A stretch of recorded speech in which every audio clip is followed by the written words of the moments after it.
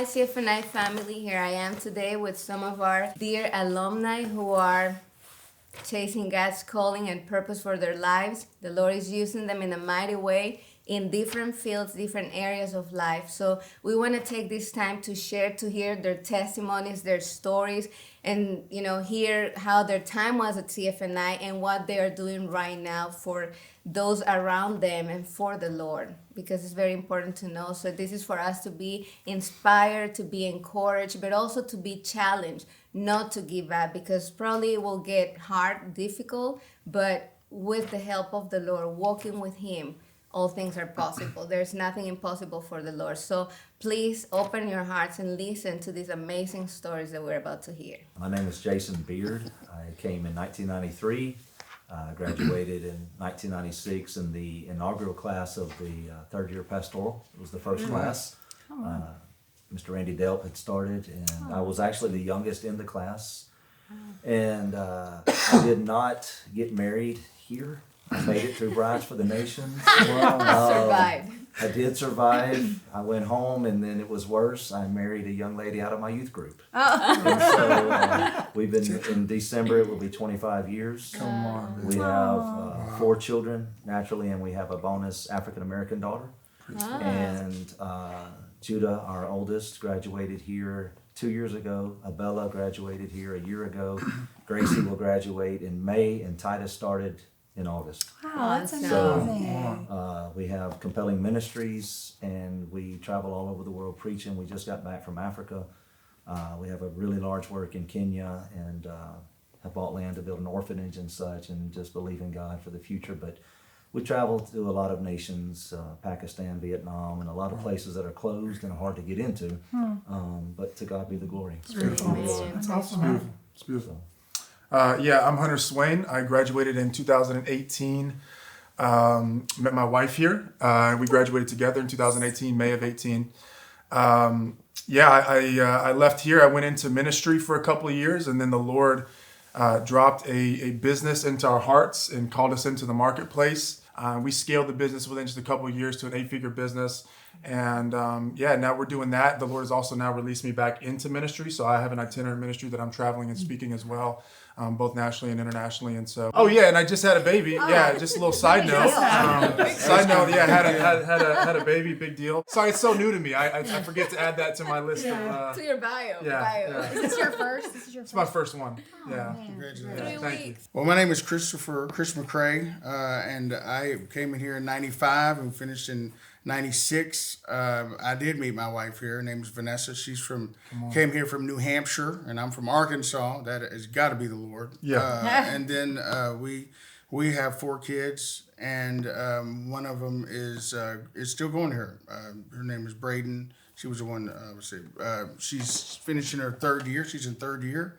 And she's we're excited. We have a new grandbaby, so which we've never been grandparents before.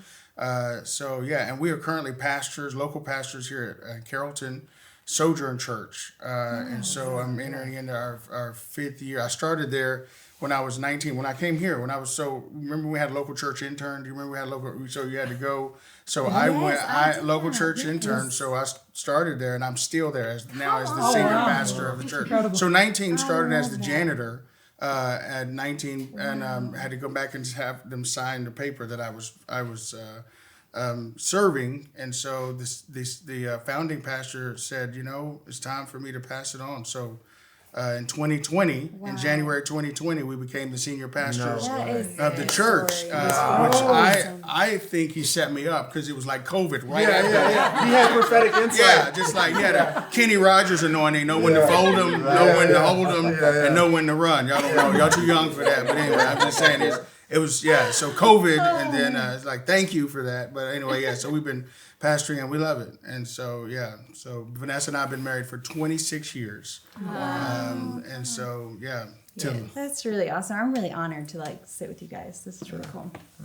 I'm Sarah Burkbeck, and I was here from 02 to 04. I got carded last night buying cough syrup for my daughter, so I maybe don't look very old. But Come on. That's a gift. I am older. I know it is. It's good. It's a good thing. Okay. That's great. So And then I did also meet my husband here, which is, I mean, we had the saying, ring by spring or your money back. Yeah. Bride for the Works nation. for me, Bride for the Nation Right is a for the thing. nation. Married him. We now live in McKinney. He's an entrepreneur, which is just kind of like a fancy word for he's got his hands in a lot of things. Yeah. And our life is like a literal roller coaster. So it's really fun. We have 4 kids. They are the greatest joy of our life, but also the greatest challenge. You are in for a real treat. Thank It's you. it's both. Yeah, It's both yeah. and it's really beautiful. And so one of the kind of crazy things, he's like the greatest visionary I know, and I'm just a dreamer by nature. So the two of us together get ourselves into like some wild things. And one of those things for me was to start a ministry called Refresh. And so about 10 years ago now, I just had a passion to help women understand their place in the kingdom of God, to help them see what they carried on their life, but then have the courage to step out and actually accept the call of God. And so now we've seen thousands of women come, and they're a part of our events, or they utilize our resources or whatever it may be. And we've just seen women go and start businesses or adopt children or begin families, homeschool their kids, start ministries, start churches with their husbands, things like that. And so we just feel like we're doing a really awesome but really fun work. And so that's kind of where we are. Yeah. Yeah. Sounds great. Incredible. These are all amazing stories Yeah. and testimonies. Also 02 to 04. So what I remember, you do look the exact same. To say my story is a little different than everyone else's, and maybe I'll be able to relate to some people out there. Yeah. So I'm Joshua Keith Carpenter. I'm 0204 alumni. For me, what I do, many filmmakers, content creators, and storytellers, they create content, whether in ministry or in the marketplace, but they struggle to get it seen and monetized, just get it out into the marketplace for people to hear that message. Well, that's what I do at my company, Global Content. We help local creators and ministry leaders reach global audiences more effectively by using our global content frameworks and getting it out to basically license higher value content for them. So whether it be for their production company or their ministry, their church, that's what I do. What does our life look like after ministry? The word pulpit came to mind because we were talking back when you guys graduated. It almost feels like, for at least what I think, you were expected to go to the pulpit. But then for us, it started to shift. It was like we kind of felt guilty. Like, oh, I don't know if I'm going to go in ministry. But then you felt like like the lady in Germany, you may feel guilty if you're not in ministry, but then they're seeing a big shift of people coming in. And the word pulpit, I was like, pulpit. I was like, some of us are have been pulled around in life, or what we need to do is just continue pushing through that, and eventually whatever we are doing, that is our pulpit. Yeah, that's really good. When I came, I was just simply too immature. I didn't know what I wanted to do, but whatever we think we're doing, just put it into his hands.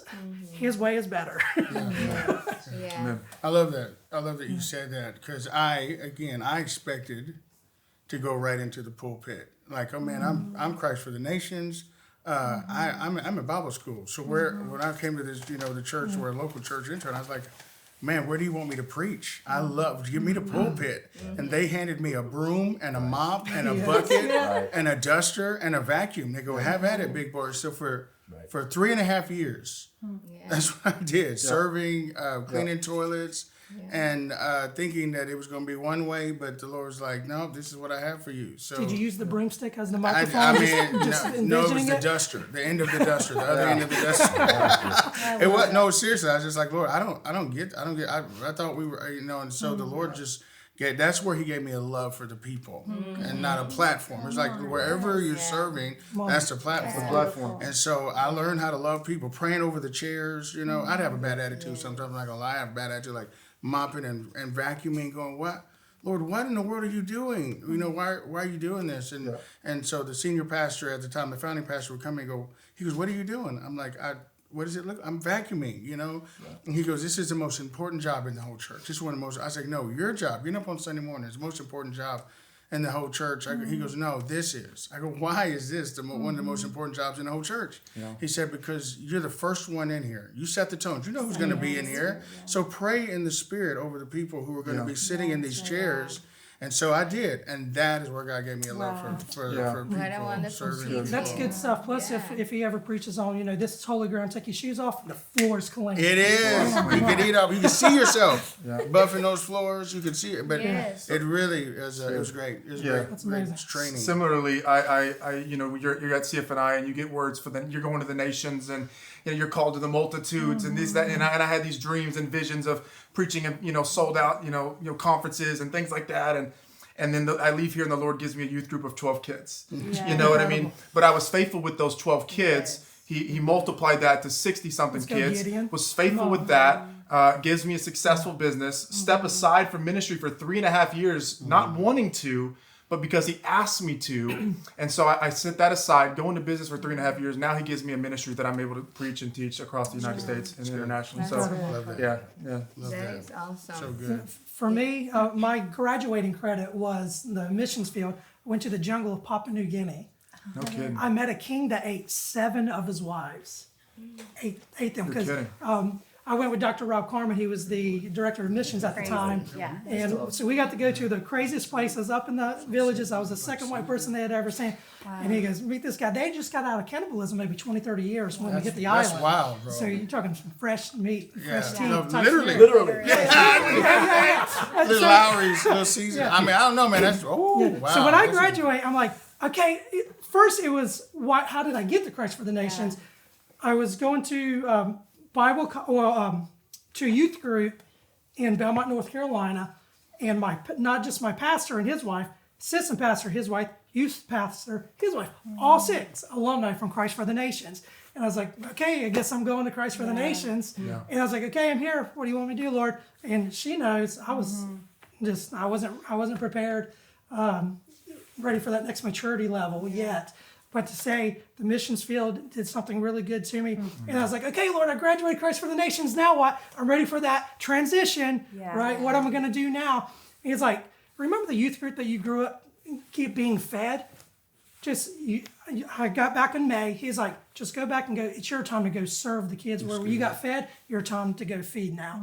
Ended up meeting these 2 kids. Met a successful business owner. That led to I've met 3 people in my life to put me where I am today. That's really It's like nothing that I could have planned. Just what do I do for transition from Christ for the Nations student to world changer? It's just grab your broom. But I think that slogan, world changers, I think it can be overwhelming. I mean, I remember being here being like, that's not overwhelming because we're going to change the world. Like, what are we going to do? But then, like, you understand the weight of it. I think you hit transition, and I think the scariest thing, that was one of the questions, is like, what's the scariest thing? Is like reality hits. And then all of a sudden you go from worship every day where your spirit is so stirred. You can see when you have vision, the vision's in when you're in the spirit and in your spirit. And so then when all of a sudden now we're in the natural world, we're having kids, we've got to have a job, we've got to pay for the food on the table, the real things. Like, it's reality, like you said. And I'm thinking, I'm not changing any world. I'm like, I'm Changing diapers. Like, And change my attitude. I know. I know. Yes. It's just poop was like a decade of my life. That's what I was working with. And so that for me has been the hard part of transition. But what's really incredible about that is the small beginnings that he walked me into. As I'm changing poopy diapers, I was called right when my son was born, and I invited like 4 girls to my house and to just host this thing that I had in my spirit. And it was so much bigger than that small living room and my poopy diapers and all of the things. But then the Lord has used that. And now what we are training thousands of women is that you are called to change the world around you. And I think that is the shift that happened in my own life is, you know, even coming here, I'm like, this is intimidating. Like, I don't really have much to share. And I come from just a small little space. And I have, you know, I just minister to a small group of women. But I felt like the Lord reminded me on the way that we're called, he puts a nation. There's a scripture that says he will put a nation in her heart. And my nation is just the people that he's called me to, whether it's 5, 60, 20, or 1,000. And so I think that's the message. I love that story because I'm thinking about the fact, all of us, right? You got Jason perhaps thinking about the fact that not saying this to mean anything, but you're the old, been here 93, right? So it's changed over the years. You remember when, the dress code has changed, right? The dress code has changed. Now, but the message is still the same. Because I wanted you to share, because the message is still the same. We're still trying to help people be world changers, but you gotta affect your realm of influence. Wherever God puts you, and as your borders expand. I mean, even now I do get to travel, but it didn't start that way. Right. In '96, I took a youth pastor position in Garland, and when I showed up for the opportunity, it had iced. And when I got there, it was ice everywhere, all over the doors and everything. I just grabbed a shovel and went to, and they hired me on the spot because of the servant heart. Yeah. And I had 3 kids in that youth group. Oh, 3. Yeah. I think I'm a physical kid. Yeah, we're talking about in the youth group. 3 in the youth group. Jeez. And they You all started big. That's a mega youth group. That's called a mega youth group. You talk about days of small beginnings, but now, we just got back from Africa, and the blind or the eyes are open. Good The Lord. lame people. I mean, it's amazing when you take somebody by the hand who's never walked in their life, and you listen to the bones unfurl and snap and pop, and it didn't start that way. That's right. I have buried some of my best friends. It didn't start that way. It's a process, and it's a It is growth. a And process. faith is something you grow into, Yes. and even in life, in ministry, in marketplace, and all of it. In marriage, it's something you grow. Amen. Yeah, so since we're already talking about saw you. transition, one of the questions I have for you guys is, what has been your biggest challenge in transitioning from CFNI student to an alumni who's fulfilling your calling? Honestly, I think expectations. For me, it was expectations of, again, kind of like I said, I had an expectation of what it was going to look like, when it was going to happen, how it was going to look, and it just wasn't the case, And I think I was telling Chrissy earlier that I think a lot of my peers that have either left the faith or left, you can tell that they've left their calling, their purpose, is because they just got discouraged. They had the wrong expectations of the timeline of God. And I think they leave CFNI again expecting to, change a nation, change a church, whatever, and they go and they work at Starbucks and they're a barista, and it's fine for a little bit, but then you start thinking, shoot, and the enemy starts whispering those lies to you, saying, no, this is all you're called to do. Like, you're never going to do that. You're never going to reach your potential. You're never going to fulfill the dreams that God has put in your heart. Those were lies. The people that prophesied, they didn't know what they were saying. You know what I mean? And so, just the expectations of understanding that God's timeline and his way of doing things is different. It doesn't always look like a mic. It looks like a broom. It looks, just looks different. And so I think for me, having the proper expectations of understanding, first of all, that God, it's his dream, not mine. So I have to die to the dream. That's right. I don't own the dream. It's his dream. And so just surrendering it all back to him and putting it in his hands, I think that's the best thing we can do. I would agree with that. I mean, it is expectation and managing expectation. You have to manage it. The energy you have to manage, because I'll say this later, but many people got a word. You got a word. God spoke to you. They prophesied over you, and it was so good. But just as you said, the way getting there, some of us go straight line. Some of us, it's a sidewind. Think about Joseph. Joseph had a dream, and did not. I'm telling you, I would not have picked that way to go if you. But there's certain things that happen. The expectation is that I'm going to get out here, and you're like you said. There's not change. Nothing's changing. I mean, I'm like, are you kidding me? I had a friend who's actually coming to visit me this weekend. Who was traveling with Tommy Tenney, and they were going to be on TBN, and they were God Chasers. They were going to be on TBN, and they were interviewing my pastor, who the founding pastor was, and he called me on my flip phone back then. It was flip phone, whatever. Anyway, he just said, "Hey, we're going to be at TBN, and we're interviewing your pastor. Are you guys, Brian? Are you going to be there?" And literally, I kid you not, at the time of that phone call, I was in the bathroom cleaning it with yellow gloves on, with an apron and toilet bowl cleaner in my hand. And I go, I don't think I'm like this. I don't think I'm gonna make it. I'm probably not gonna make that. And it was at that time when he hung. He goes, "Oh, I'm sorry, I'm gonna miss you." And at that time, I was like, "Lord, what are you doing? This is not at all what I thought we were gonna.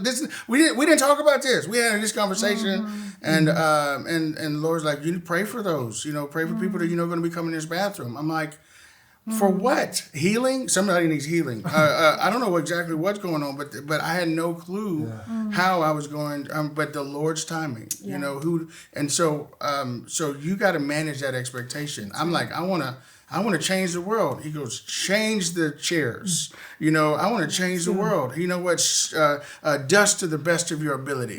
I'm talking about you clean that church like it is nobody's, like the Lord himself. And he was, because we wanted the Lord to come. So I'm going to clean this church like there's nobody. I'm telling you, Lord, you're welcome in this place. And it looks like it. I'm telling you, you want to eat what? And so that taught me to really just to love for people. Expectation, though. So I'm telling you, whoever's listening to this, if you think you're gonna jump straight out of Sid for now into, it may happen for some of you, but I'm telling you, get ready to say, Lord, whatever you want to do, however you want to do it, I say yes, Lord, yes to your will and way. Love it.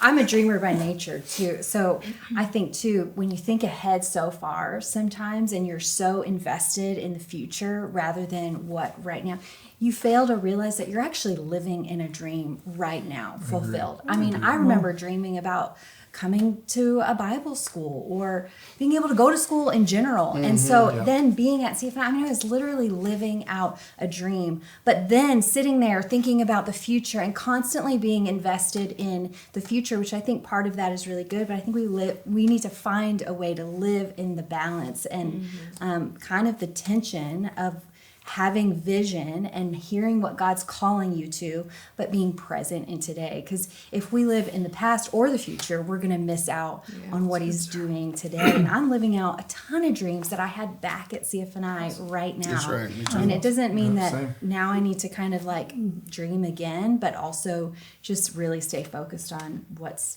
today. That's awesome. And to piggyback off of what y'all were talking about, with it's cool that you mentioned Joseph and the dream. So transition to what I think you were the expectation of this. What's the expectation of transition? With Joseph's dream to come true, there were three people. How I met three people. There was three people in his dream. There was a pharaoh, a baker, a butler, and a pharaoh. So I was like, okay, what is that? Well, a baker is someone that is crafty. They know how to put stuff together. They put stuff in the oven. They know how to be craft. I have something that just Lord told me to bring is just 4 C's. We're going to talk about craft, content, community, and communion. And it's like, what does a baker do? He craftily puts things together.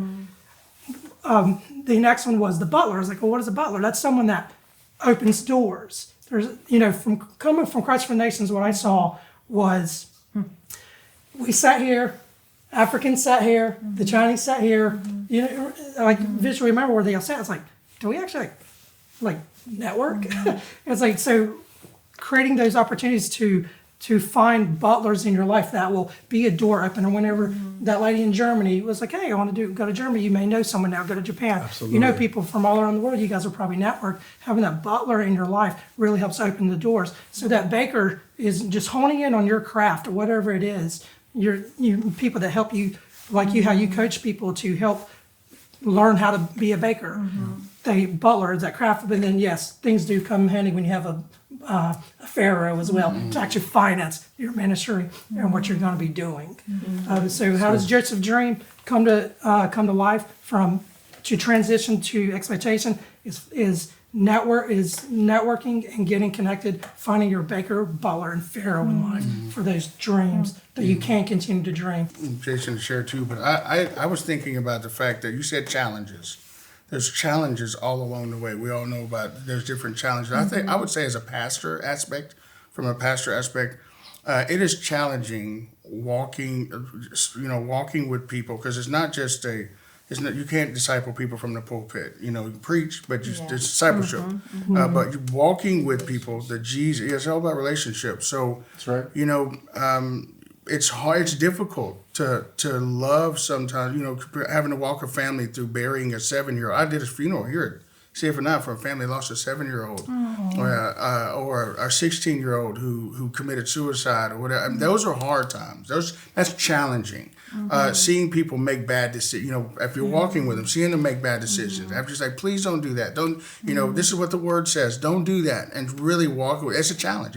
You guys know, if you're walking with people, it's challenging to but you got to keep going. I think that one of the most challenging that I've ever walked through, and I've done it multiple times, is walking a family through a suicide or walking them through death or loss and whatever, when they're just looking up going, the same God you preach about on Sunday morning, where is he now? And having to walk through, because you can all day long preach he is, That's and right. he is your redeemer. He's your comforter. The God of comfort has got to come in and help this family now. And you need to be there. And so that's a challenge. I'm telling you, if anybody is wanting to be a pastor, because Vanessa and I just graduated with our master's degree from Southeastern last August. And so I was in the last class I was in was a class of young guys that were saying, man, I can't wait to be a pastor. It's all a Zoom call. And I was like, I pushed my little deal and a little hand went up. I pushed the deal and they were like, yes, because I'm the oldest guy in the class, right? I'm the oldest guy. They're all young. And I was just like, don't do it unless you are called. Yeah. Don't you even, they were like, what are you talking about, old man? I'm just like, you call me old man all you want to. I'm telling you, if you're not called to pastor, even if what God's called you to, if it's not a calling, you'll quit, you'll burn out, flame out. So right. So you got to be called to this thing, and you got to ask the Lord every day to give you strength to help walk through, because nut smacks you in the face, and you got to be like, there's nothing wrong with leaning back on the sovereignty arms of the Lord when you don't understand what's going on. You're trying to help a family through that. So you asked about challenges. I'm just throwing that out there. I think for me, Jesus is our example. And the Bible says that he learned obedience to the things he suffered, That's right. things he went through. We're talking God in flesh. Yeah, that's right. And he endured the same thing we did, because at about the age of 30, he's baptized and anointed. And I think many of us come out of here anointed, but where's the power? And Jesus was straightway led by the Spirit into the wilderness, where most of us are led when we graduate here. And I think we leave here with the expectation of we're going to stand on the Mount of Transfiguration and we're going to stand over here and we're going to preach the Beatitudes, but Jesus went to the wilderness. And in the way I read the Bible, most men of God and women of God that are worth their salt went through a wilderness experience. And I think that's what most of us went through and have endured, but yet we leave here with these grandeur, expectations, and maybe we came with certain expectations, because I remember I came thinking I was going to be a pastor. And I remember I can take you to where I was sitting one day, and they played a video by T.L. Osborne where he had gone to India and had basically been defeated, he and his wife, and they came back home, regrouped, and went back, and God began to move. And I can take you to that chair where God spoke to me and changed my heart from American pastoring into missions. And it's a process. I will say this, because I have pastored. I still do back home in Louisiana. And it's a process of how God begins to maneuver us and move us. But the expectations have to move from my expectations to what does the Holy Spirit say today. That's it. And I tell my children all the time, you have one goal today. Make Jesus happy. That's That's right. it. Please him. That's it. Make Jesus happy. Did you make him happy? That's the only thing that matters. Success is defined as obedience. Right? That's right. Doing the will of God. That's it. Like if you are doing what the Lord has asked you to do, you are successful. I was successful when I was a youth pastor of a small youth group. I wasn't successful when I gained a multi, 7-figure or 8-figure business, right? Like I was successful the moment that I said yes to Jesus and I decided to do what he wanted me to do. I love that. That's good. That's why I was interested in your story, because when you named off all, and I'm not trying to take over your job, Chris, yet, but I was interested because they're all successes. But I know all of us have these little valley deals, right? We're just like, well, that does not seem successful. But you've all of us have those stories where this was the pinnacle of that. This was the pinnacle of that. But in between there were some challenges, right? And so so how do you navigate that? Yeah. For instance, like there was one year I lost $120,000 in 1 month because I got scammed. You know what I mean? And then there was another time we had to go to court, and just like all sorts of stuff that happens, right? But in the middle of that, I just remembered God called me to this. Come on. The Lord called me to this business, so he's not going to let me go bankrupt. He's not going to let me get thrown in jail. He's not going to let me, nothing is going to happen to me because the Lord called me to this. And if I'm doing it his way to the best of my abilities, he's going to see me through. But even if he does, Yeah. I'm still in the will of God. 100%.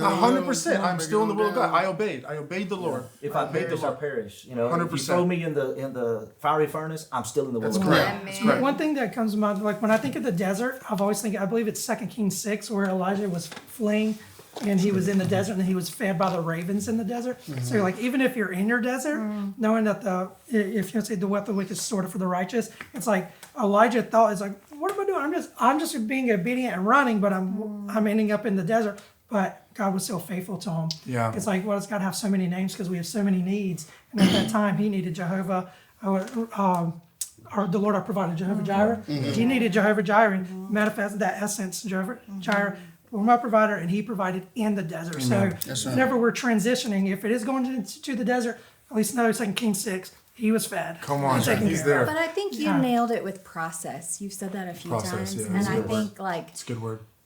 you kind of can get in a space where you feel like, well, I'm just in the process, but when I get here and when I get here, then it'll just Yeah. feel complete. I'll Yeah. feel I love that. fulfilled. Yeah. That's really But good. the process never ends. It doesn't, Yeah. and you It cannot doesn't. become offended at God When he does, in the process. when it doesn't line up with what he's saying.